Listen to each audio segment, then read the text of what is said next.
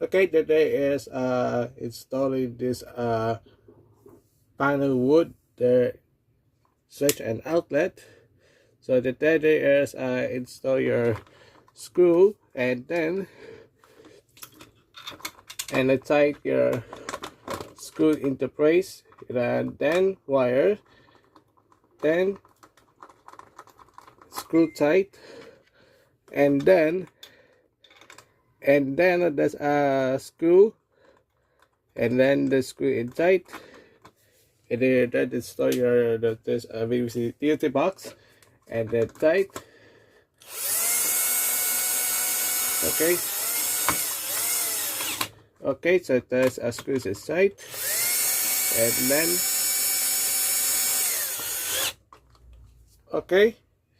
So next thing you do, and attach your cover.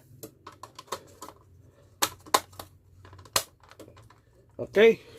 So there is install your PVC wall panel, the wall socket and switch. Thanks guys. Goodbye.